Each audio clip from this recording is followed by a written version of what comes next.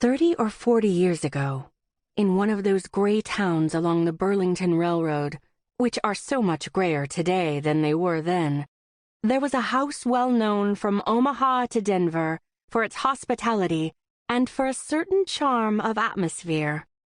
Well known, that is to say, to the railroad aristocracy of that time.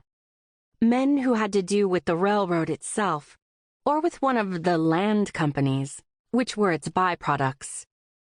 In those days, it was enough to say of a man that he was connected with the Burlington. There were the directors, the general managers, vice presidents, superintendents, whose names we all knew, and their younger brothers or nephews were auditors, freight agents, departmental assistants. Everyone connected with the road. Even the large cattle and grain shippers had annual passes. They and their families rode about over the line a great deal.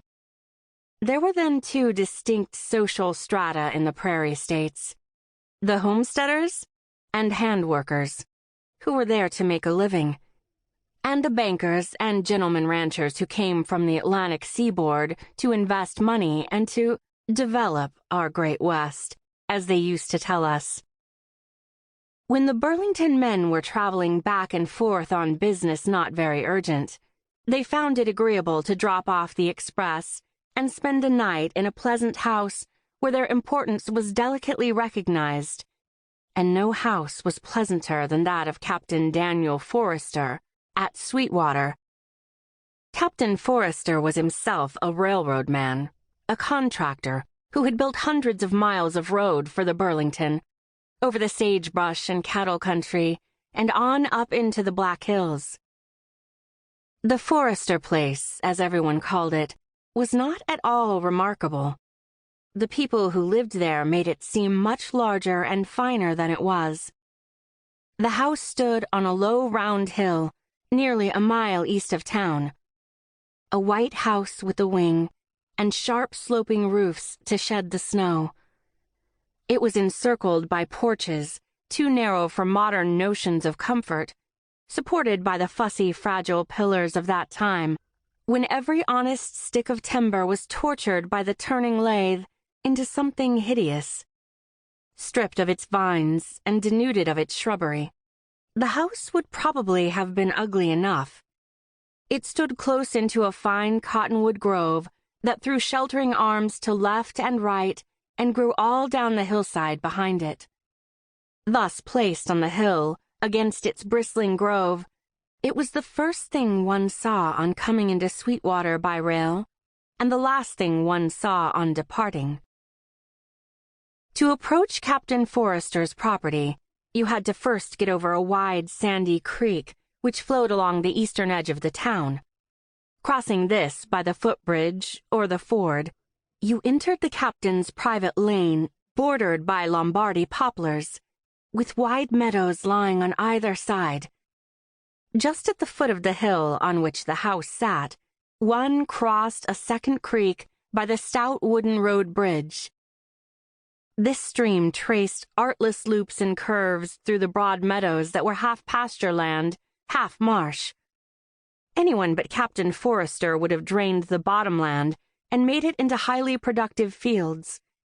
But he had selected this place long ago because it looked beautiful to him, and he happened to like the way the creek wound through his pasture, with mint and joint grass and twinkling willows along its banks. He was well off for those times, and he had no children. He could afford to humor his fancies. When the captain drove friends from Omaha or Denver over from the station in his Democrat wagon, it gratified him to hear these gentlemen admire his fine stock, grazing in the meadows on either side of his lane. And when they reached the top of the hill, it gratified him to see men who were older than himself leap nimbly to the ground and run up the front steps as Mrs. Forrester came out on the porch to greet them. Even the hardest and coldest of his friends, a certain narrow-faced Lincoln banker, became animated when he took her hand, tried to meet the gay challenge in her eyes, and to reply cleverly to the droll word of greeting on her lips. She was always there, just outside the front door to welcome their visitors, having been warned of their approach by the sound of hooves and the rumble of wheels on the wooden bridge. If she happened to be in the kitchen, helping her bohemian cook, she came out in her apron, waving a buttery iron spoon, or shook cherry-stained fingers at the new arrival.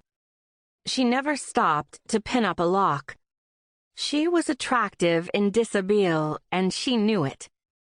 She had been known to rush to the door in her dressing gown, brush in hand, and her long black hair rippling over her shoulders, to welcome Cyrus Dalzell, president of the Colorado and Utah. And the great man had never felt more flattered. In his eyes, and in the eyes of the admiring middle-aged men who visited there, whatever Mrs. Forrester chose to do was ladylike, because she did it. They could not imagine her in any dress or situation in which she would not be charming. Captain Forrester himself, a man of few words, told Judge Pomeroy that he had never seen her look more captivating than on the day when she was chased by the new bull in the pasture. She had forgotten about the bull and gone into the meadow to gather wildflowers. He heard her scream, and as he ran puffing down the hill, she was scudding along the edge of the marshes like a hare, beside herself with laughter, and stubbornly clinging to the crimson parasol that had made all the trouble.